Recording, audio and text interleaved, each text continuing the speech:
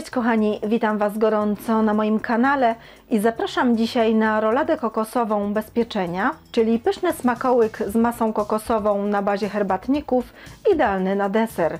Zapraszam do oglądania filmu. Składniki. Przygotowanie rolady rozpoczynamy od zrobienia masy kokosowej. W misce umieszczamy miękkie masło, wsypujemy cukier puder i wszystko miksujemy na puszystą masę.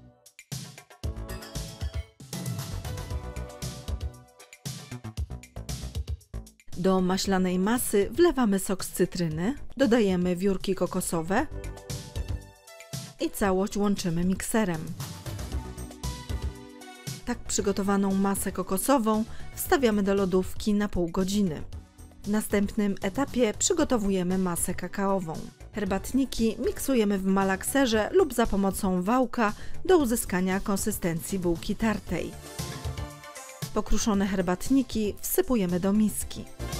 Dodajemy cukier puder oraz kakao. Wlewamy mleko i wszystko dokładnie mieszamy do uzyskania jednolitej masy. Masa powinna być gęsta.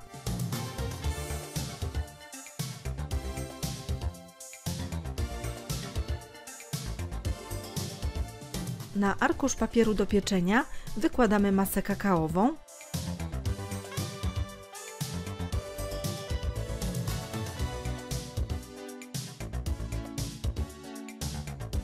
Przykrywamy drugim arkuszem papieru do pieczenia i rozwałkowujemy na prostokątny lub kwadratowy placek.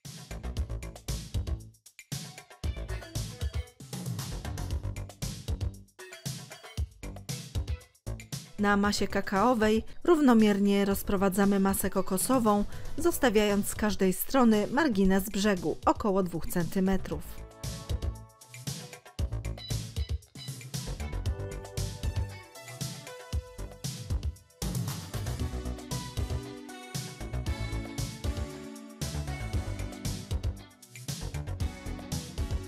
Za pomocą papieru do pieczenia formujemy roladę.